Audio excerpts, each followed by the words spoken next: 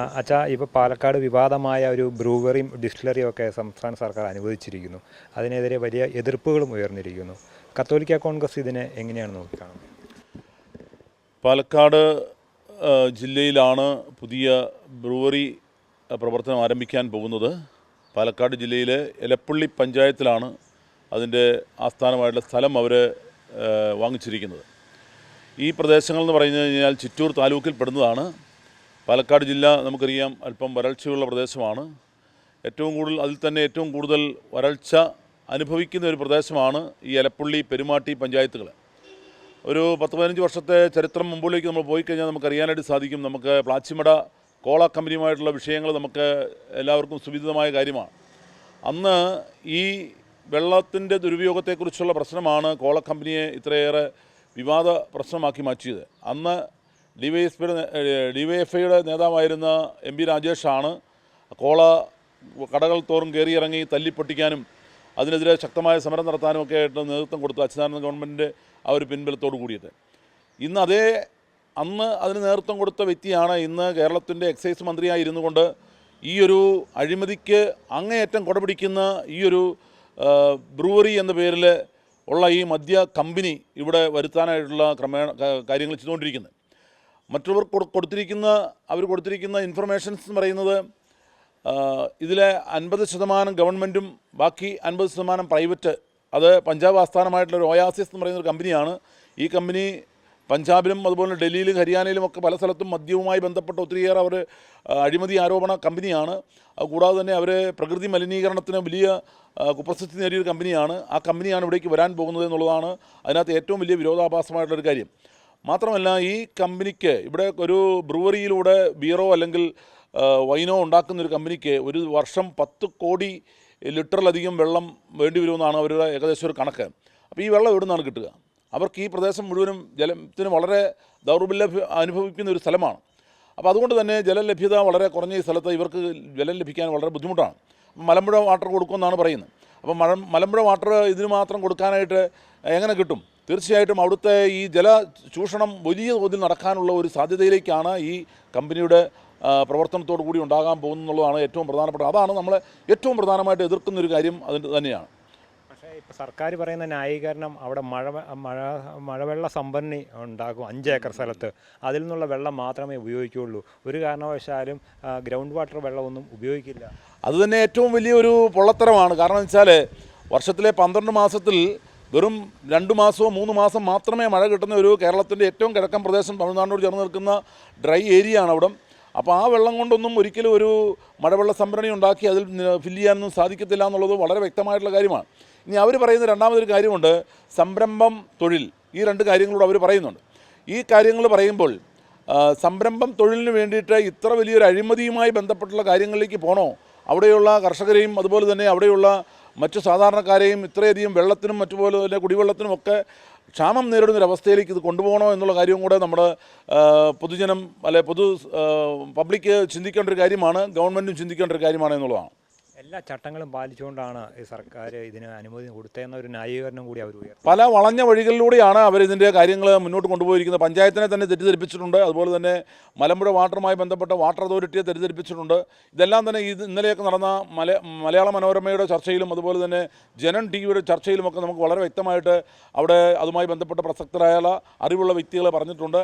അതുപോലെ പഞ്ചായത്തുമായി ബന്ധപ്പെട്ടവരെ ഇതുമായി ബന്ധപ്പെട്ടുള്ള വളരെ കൃത്യമായിട്ടുള്ള അവരുടെ നിലപാട് അവരെ മറ്റൊരു രീതിയിൽ തെറ്റിദ്ധരിപ്പിച്ചുകൊണ്ടാണ് ഇതിൻ്റെ ആദ്യത്തെ ലൈസൻസ് ഒക്കെ കിട്ടിയിരിക്കുന്നുള്ളതാണ് അവർ പറഞ്ഞൊരു കാര്യം. ഗ്രാമപഞ്ചായത്ത് തന്നെ ഇത് വേണ്ട എന്നുള്ള രീതിയിലുള്ള പ്രമേയം പാസ്സാക്കുക വരെ ചെയ്തു. അതെ. ആ രീതിയിലാണ് അതിൻ്റെ അവിടുത്തെ കാര്യങ്ങൾ പോകുന്നത്. അപ്പം തികച്ചും ഒരു അഴിമതിയുടെ വലിയൊരു മേഖലയാണ് ഇതിൻ്റെ ആരംഭത്തിൽ തന്നെ നടന്നിരിക്കുന്നുള്ളത് ശരിയാണ്.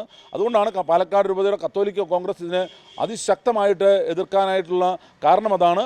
ഇവിടെ പാലക്കാട് രൂപതയിലെ അഭിമന്യ പിതാവിൻ്റെ നേതൃത്വത്തിൽ ഇന്നലെ മീറ്റിംഗ് കൂടുകയുണ്ടായി. ആ മീറ്റിങ്ങിൽ വെച്ച് പാലക്കാട് രൂപത കത്തോലിക്ക കോൺഗ്രസ് അതുപോലെ തന്നെ മാതൃവേദി, വിൻസെൻ്റ് ഇപ്പോൾ മദ്യനിരോധന സമിതിയായിട്ടുള്ള സമിതി ഇവരെല്ലാം കൂടി ചേർന്ന് നമ്മൾ ഒരുമിച്ച് ഇവിടെ സുൽത്താൻപേട്ട രൂപതയും അതുപോലെ മറ്റ് സഹകരിക്കാൻ സാധിക്കുന്ന എല്ലാ നാനാജാതി മതസ്ഥരായിട്ടുള്ളവരെയും കൂടി ചേർന്നിട്ടാണ് നമ്മൾ ഈ പ്രതിഷേധം നടത്താൻ പോകുന്നത്.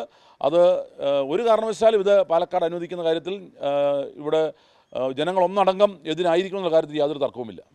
കേന്ദ്ര സർക്കാർ ഷോർട്ട് ലിസ്റ്റ് ചെയ്തൊരു കമ്പനിയാണ്. അതിൻ്റെ അനുസരിച്ചാണ് ഞങ്ങളെല്ലാ അനുമതിയും കൊടുത്തത്.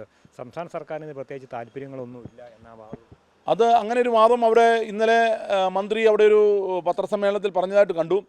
അത് തികച്ചും എത്തനോൾ എന്ന് പറയുന്ന ഒരു സംഗതിയാണ് ആദ്യമായിട്ട് ഉൽപ്പാദിപ്പിക്കുന്നതെന്നാണ് പറയുന്നത്. എത്തനോൾ എന്ന് പറയുന്നതും ആൽക്കഹോൾ തന്നെയാണ്. ആൽക്കഹോൾ ഉൽപ്പാദിപ്പിക്കുക എന്നുള്ള സംഗതിയിലേക്കാണ് കാര്യങ്ങൾ അതിൻ്റെ പ്രഥമ ദൃഷ്ടിയാണ് പോകുന്നത്. അപ്പോൾ കേന്ദ്ര ഗവൺമെൻറ്റിനെ പഴിചാരിക്കൊണ്ട് ഇവിടെ സംസ്ഥാന സർക്കാർ വലിയൊരു അഴിമതിയിലേക്ക് മുന്നോട്ട് പോകുന്നു എന്നുള്ളതാണ് നമുക്ക് ഇതിനകത്ത് പ്രഥമ ദൃഷ്ടിയാണ് കാണാൻ സാധിക്കുന്ന കാര്യം.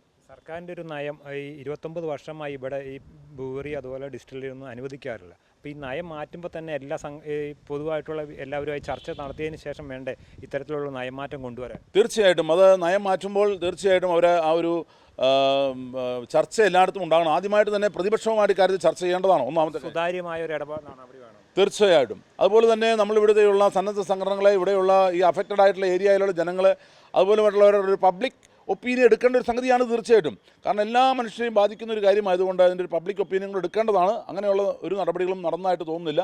മാത്രമല്ല ഈ സർക്കാർ അധികാരത്തിൽ കയറിയ ഈ പ്രകടന പത്രികയിൽ 2 പ്രാവശ്യം പറഞ്ഞിരിക്കുന്ന മദ്യത്തിൻ്റെ അളവ് ക്രമേണ കുറച്ചുകൊണ്ട് വരും എന്നുള്ള കാര്യം കൃത്യമായിട്ട് പറഞ്ഞിരിക്കുന്നവരാണ് ഏറ്റവും കൂടുതൽ ബാറുകൾ അനുവദിച്ചിരിക്കുന്നത്.